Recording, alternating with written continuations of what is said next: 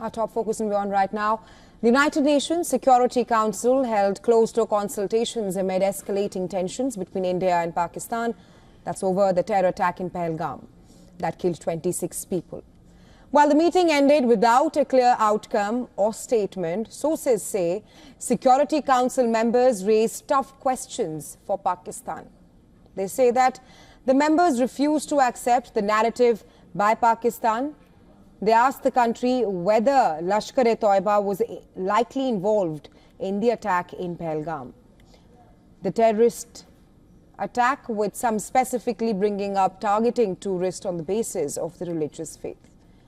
The UNSC meet came after Pakistan, as a non-permanent member, sought to brief member states about the current situation, which it highlighted poses a serious risk of escalation and also poses a threat to both regional and global peace and security.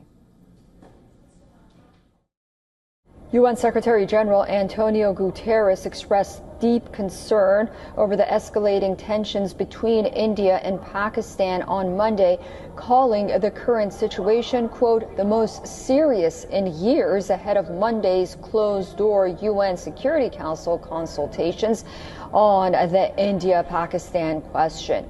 Antonio Guterres said, quote unquote, it pains me to see relations reaching a boiling point. Targeting civilians is unacceptable, he added, and those responsible must be brought to justice through transparent, credible, and lawful means. While the UN chief urged both countries to exercise, quote unquote, maximum restraint, Pakistan has continued to deny any involvement in the attack, despite India pointing to links with Pakistan-based, UN-sanctioned Lashkar-e-Taiba group. In a provocative move, Pakistan's ambassador to Moscow warned that it would use, quote unquote, the full spectrum of power, both conventional and nuclear, if war breaks out. I asked about that statement and similar ones made by Pakistani officials in recent days from Pakistan's ambassador to the United Nations here after he gave a statement. He did not respond. Meanwhile, after the closed-door consultations, the Greek ambassador to the UN, current president of the Security Council, said the meeting was helpful and productive.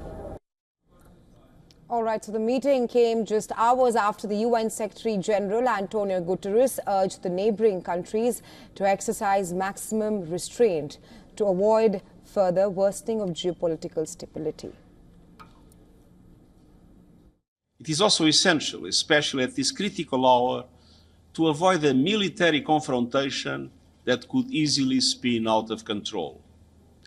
Now is the time for maximum restraint and stepping back from the brink. That has been my message in my ongoing outreach with both countries.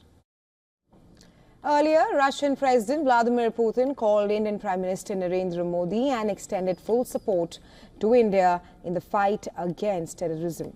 According to an official statement, he emphasized that the perpetrators of the heinous attack and their supporters must be brought to justice. On the other hand, in Islamabad, the Foreign Minister of Iran, Abbas Araghchi, called on Pakistan's President Asif Ali Zardari to discuss regional security situation. Also, Zardari met Chinese ambassador to Pakistan and exchanged views on the ongoing situation. The envoy reaffirmed China's support to Pakistan. India continues to assess its options in response to the April 22nd attack. Prime Minister Modi held a high-level security review with National Security Advisor Ajit Doval. He also met with the Defence Secretary Rajesh Kumar Singh, Home Secretary Govind Mohan and other key officials. And tensions continue to escalate along the line of control for the 12th consecutive night. Pakistan resorted to small arms firing along LOC in areas opposite Kupwara, Baramulla, Punch, Rajouri, Naushera, Sundarbani and Akhnur in Jammu and Kashmir. The Indian Army responded promptly and proportionately. Yeah. एक minute